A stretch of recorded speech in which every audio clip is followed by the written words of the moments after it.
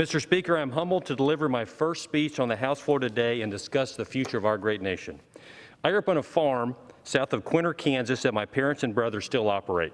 The house my parents live in and the house I grew up in is the same house my great-great-grandfather ordered from Montgomery Ward catalog in the early 1900s. Growing up there meant I spent thousands of hours on a tractor working in the fields and on horseback doctoring cattle in the family feed yard. Those hours turned into love of country and the lessons of value of hard work.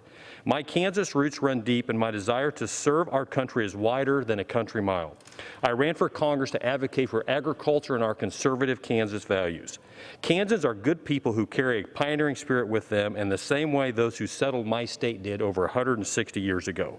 The people of Kansas won the big first know each other, look out for each other, and sacrifice for each other. The district is home to more than 60,000 farms and are made up of farmers, ranchers, feedlot managers, nutritionists, ethanol producers, ag lenders, and agribusiness owners who feed, fuel, and clothe the world. As Congress becomes increasingly more urban, the distance from farm to fork has never been greater, and the Big First depends on strong voices for agriculture in Congress, and that is why I am honored to serve on the House Agriculture Committee. At the very top center of the Big First sits Lebanon, Kansas, a seemingly ordinary small town. About 2.5 miles northwest of Lebanon is the exact middle of the contiguous 48 states. A few months ago, a group of us met in Lebanon and prayed for our nation and that God's will would be done and that our future would be bright. There's something about being in the middle of the country where farmers pray for rain, parents drive 30 miles one way to take their kids to school, and communities shrink and grow with oil and gas prices that gives you a great perspective. To be real in the middle of it all, though, we must demand results. I've received many calls from family farmers in the Big First gravely concerned with President Biden's executive order restricting travel from countries like South Africa, where many of our legal farm workers come from during harvest. And I'll tell you, if an issue matters to Kansans, it matters to me. I worked with a number of my colleagues here to issue a letter to President Biden asking that he exempt essential workers like those in agriculture from his travel ban. Soon after, we were told the president would grant the exemption.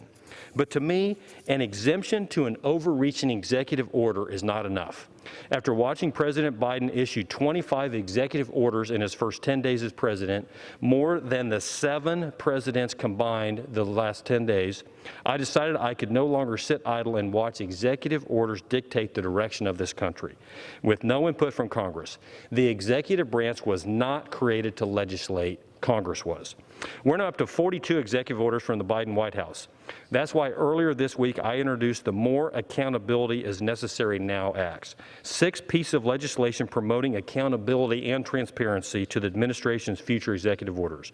The MAN Acts require that the executive branch notify the American public and Congress of its intent to issue any new executive orders pertaining to agriculture, energy, the environment, pro-life provisions, the Second Amendment, and immigration. The short-term impact of legislation like this would be to hold our elected leaders more accountable. But for the long term, we must never forget that America is the greatest and most noble experiment that has ever been endeavored.